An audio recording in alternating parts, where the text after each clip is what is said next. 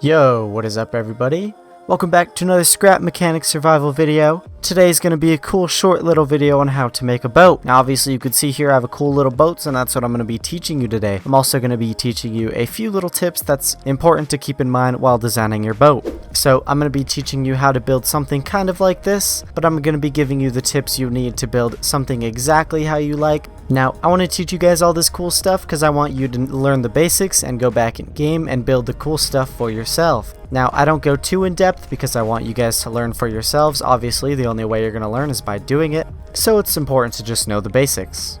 But before I start this video, if you guys enjoy this content, please consider hitting that subscribe button. I'm on my way to 250 subscribers, and it'd be awesome if you guys could join the party. Also, don't forget to hit that like button. Now, before I get into the actual tutorial, I just want to tell you a few things to keep in mind while designing your boat. First things first, water resistance does not exist in this game. So if you want to build like a propeller, or if you're worried about your boat design not being good enough and reducing speed, there's nothing to worry about. First of all, you can't build propellers. The water doesn't react to the blocks like they normally should. Same thing with your boat design. You could build a big huge cube and the thruster will produce the same amount of thrust and speed as they normally would. Number 2, the buoyancy versus weight is the biggest factor if you want to make your boat float. Now, there are many blocks in this game, such as this wood block here, which is probably the cheapest and most common thing you could use. As you can see, the buoyancy is a lot higher than the weight. Now, obviously, this is the best, but in survival mode, it is a little bit expensive. The buoyancy is at 8 versus 1. That's an extremely good ratio. The third thing to keep in mind is you want to keep the thrust lower than the center of mass. So if you look here on my boat, the thruster is actually lower than the middle of the boat.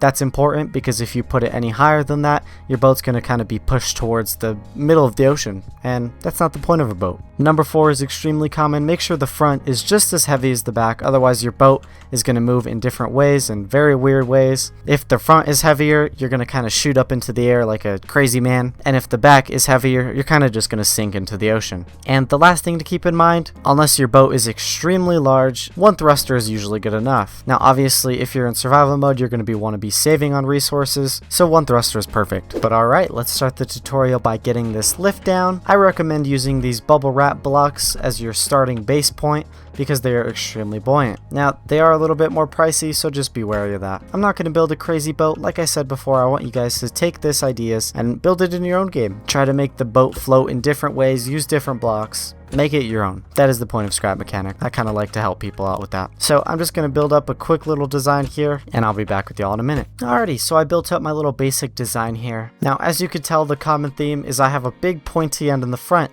Now that's for a good reason. Obviously, you want your boat to be the same weight kind of everywhere, and the front of this kind of acts as a good way to kind of even out the weight. And also, I kind of lower this driver's seat into the boat because it keeps a more normal center of mass. If you have it any higher, it's going to be a little higher. If you have it lower, obviously, it's going to be lower. Now, as you can see with both of those boats over here, I used these big plastic containers. Now, they're actually very simple to find. You could find them here in these little scrap mechanics cities. I don't really know what they're called. They're kind of little posts where you find like vegetables and stuff, but as you can see, there's plenty of them. But once you got your little boat started here, the next thing you're going to want to do is go underneath, get a bearing, and place a few blocks. Now once you get those blocks placed down, you could actually place a thruster on them just like that. Now if you don't know, you could actually connect any bearing to a seat to make it turn just like a normal steering wheel. So just to show you, if I were to get into the seat, I could move it left and right just like normal. Building boats is kind of like a test and design and then test. So once I got this little design here, I'm going to go ahead and drop it in the water. So as you could tell, it kind of floats. Now you may think this is good enough, but if you actually go ahead and give it a test ride,